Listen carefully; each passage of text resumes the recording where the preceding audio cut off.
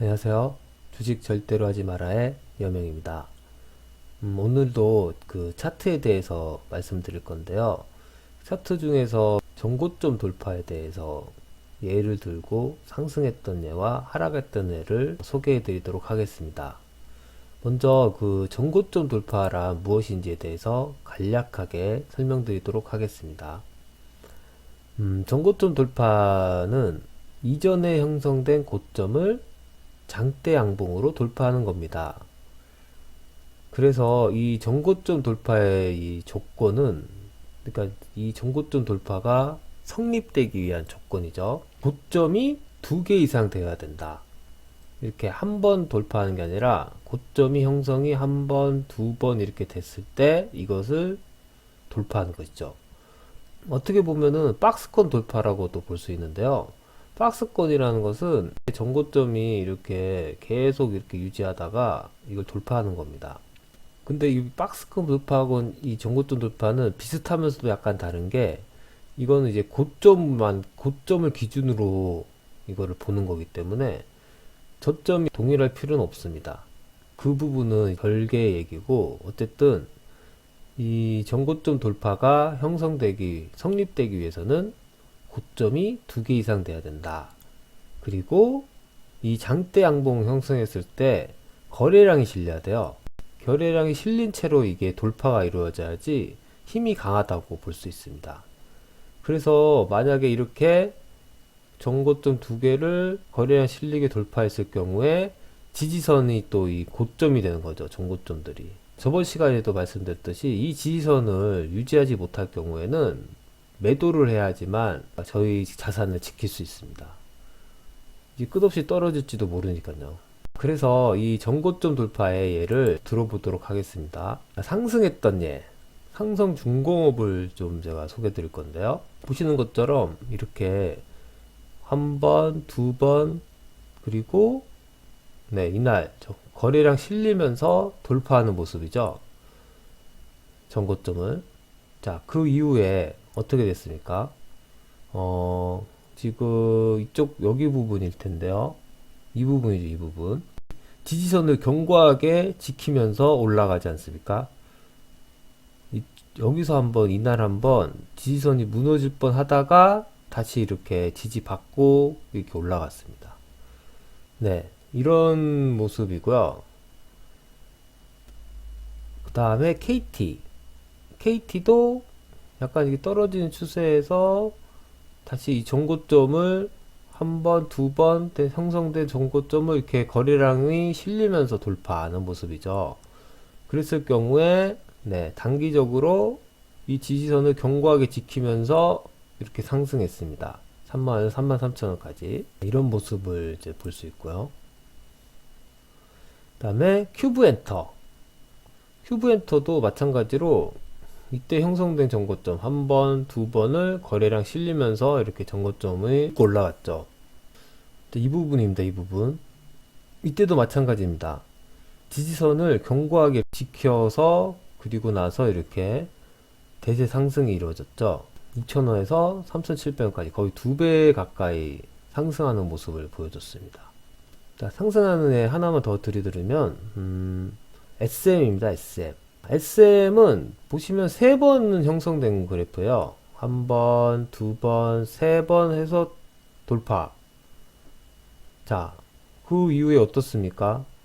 이 부분인데, 자, 이거를 예를 제가 들어드린 이유는 지지선을 한번 이탈했어요. 이게 여기서 이게 잘 안 보일 수 있는데, 어쨌든 한번 돌파하고 나서 지지를 못 받고 떨어졌다가 다시 또 이게 올라가는, 전고점을 뭐 한 4번 정도 형성시켜 놓고 돌파하는 흐름인데, 이때 돌파했을 때 그 거래량이 정확하게 맞아지지가 않습니다. 여기 보면 거래량 여기 안 실려 있죠.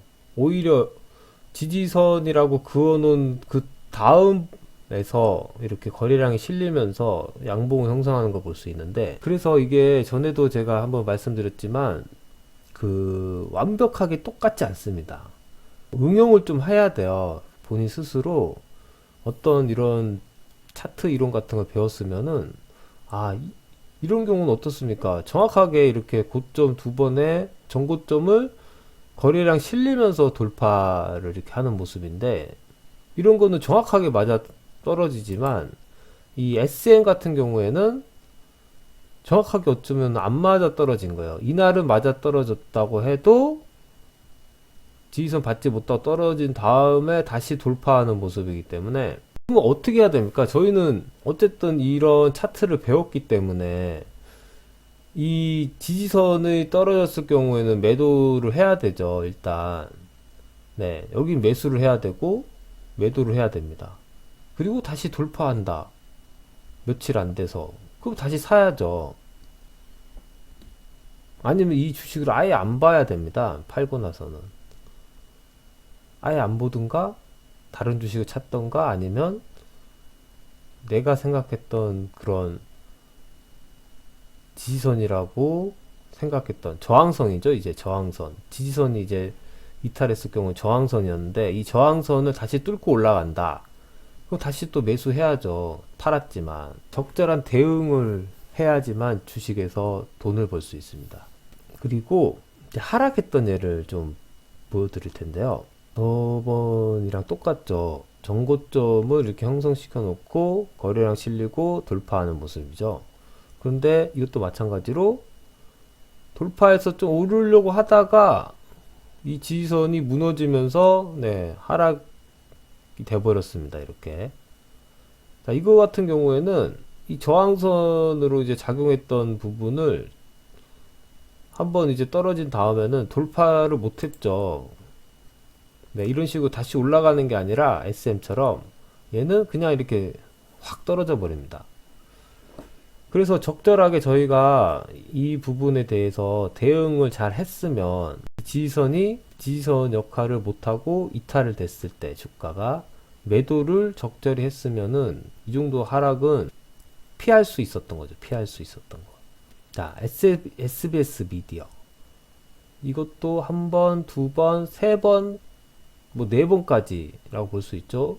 이렇게 형성됐던 전고점을 네, 거래량이 확 실리면서 돌파합니다. 이렇게. 자, 여기서 봤을 때는 정말 완벽하게 매수의 기회라고 볼 수 있죠. 전고점 이렇게 거래량 실리면서 돌파했으니까. 그런데 이것도 돌파하자마자 채 불과 2주도 안 돼서 다시 떨어져 버립니다. 이렇게. 지지선 이탈하면서. 또 여기서도 뭐 약간 지지하려고 하는 양봉을 한번 그리고 또 떨어지죠. 이렇게. 여기서. 나서 이렇게 끝없이 몇 개월입니까 이게? 1개월, 2개월, 3개월, 4개월, 5개월, 6개월 동안 네. 지지부진하다가 이렇게 떨어져 버립니다. 그 다음에 골프존. 골프존도 한 번, 두 번, 세 번, 네 번을 뚫어버립니다. 여기서. 거래량 실리고 뚫어버렸는데 이도 똑같아요. 불과 일주일 채 안 돼서 지지선 이탈하면서 네. 이렇게 끝없는 하락을 맞이하게 되는 거죠.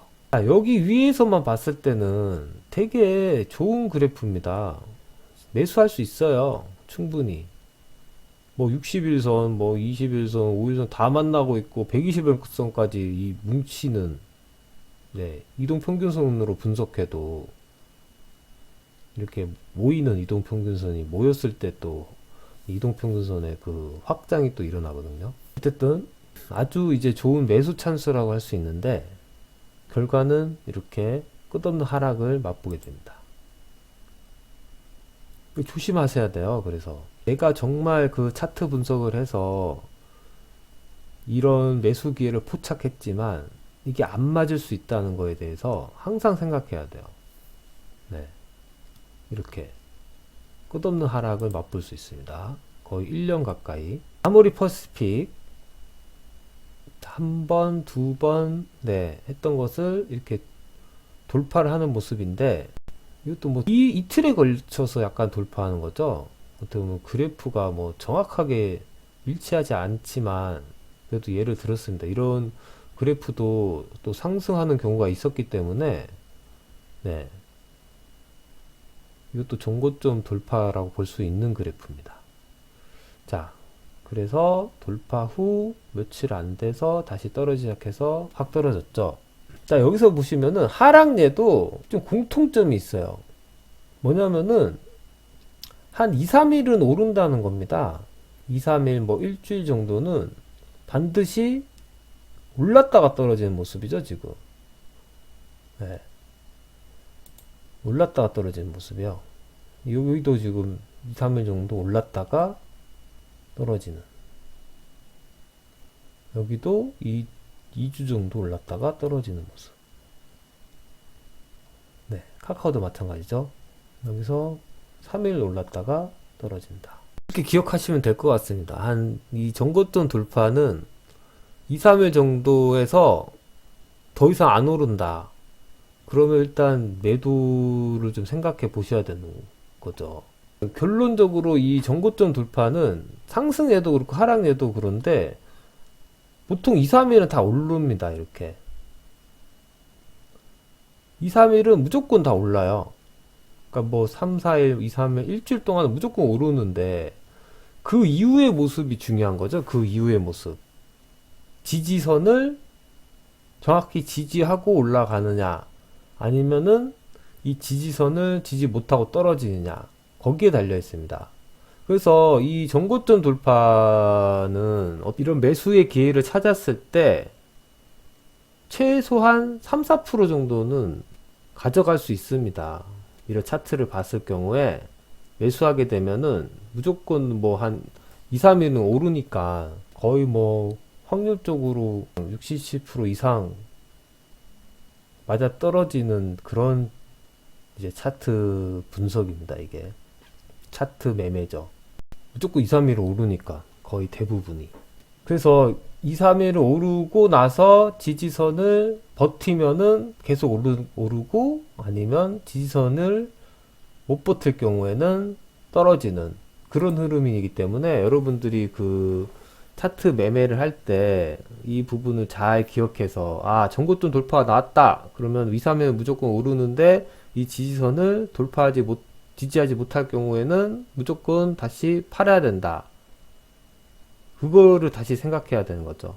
아니면 뭐 2, 3% 정도 올랐을 때 팔고 그리고 나서 지지하는 모습을 보고 다시 매수하든 또 그런 전략을 짜셔도 되고요. 이게 그래서 주식은 좀 전략적으로 해야 돼요.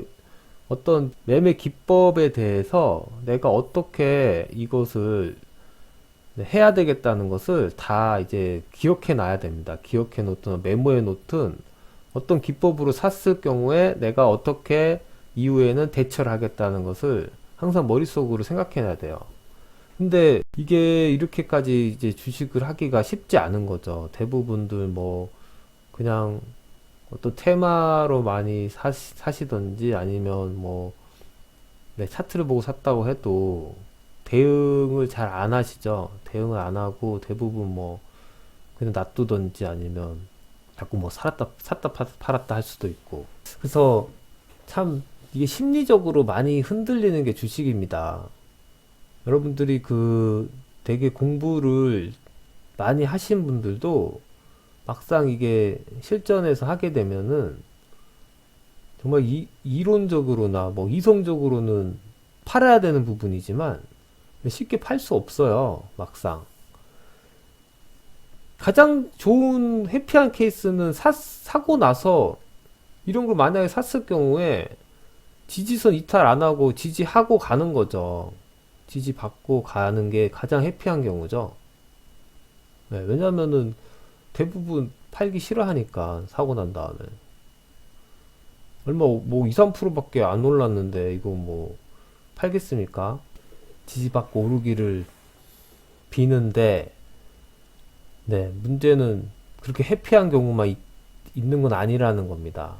제가 예를 들어 드렸듯이 이런 카카오 같은 거 뭐 이게 해피하지 않죠. 절대 떨어지는데 누가 행복하겠습니까? 이런 거 SBS 미디어 이런 거 완벽하게 이제 일치해서 샀는데 2, 3일 만에 이렇게 떨어져 버리고 이제 이렇게 돼 버리면은 자 이게 쉽게 손절매를 못 합니다. 대부분 사람들이. 그래서 정말 이런 거를 진짜 몇 년 동안 갖고 계신 분들도 있고 힘들어 하시죠. 이런 거 샀다가 잘못 샀다가 물리고 나면은. 어쨌든 적절한 그런 대처가 필요하다는 것을 다시 한번 말씀드리고요. 어, 또 주식을 시작하지 않으신 분들은 또 이런 거를 보시고, 아, 이게 정말 힘들구나라는 것을 다시 한번 좀 생각해 보시고요. 정말 힘듭니다. 네. 쉽게 돈 버는 사람이 있긴 하지만 그 사람들이 그게 끝없이 그렇게 되지 않습니다. 정말 벌고 나서 떠나지 않는 이상 다시 이 주식장으로 그런 사람들이 들어오게 되면은 돈을 딸 수 있다는 보장이 없습니다. 근데 전에도 말씀드렸듯이 주식에서 돈 버는 사람들은 정확하게 5%입니다. 5%. 100명 중에서 5등 안에 들 수 있으신 분들만 해야 되는데 그거에 이제 들 수 있을지 없을지는 솔직히 결과로 나오는 거죠. 알 수 없는 거죠. 알 수 없어. 자, 오늘은 여기까지 강의를 하고요. 다음번에는 이제 또 차트는 좀 많이 했으니까 다시 이제 기본적 분석에 대해서 소개해 드리도록 하겠습니다. 감사합니다.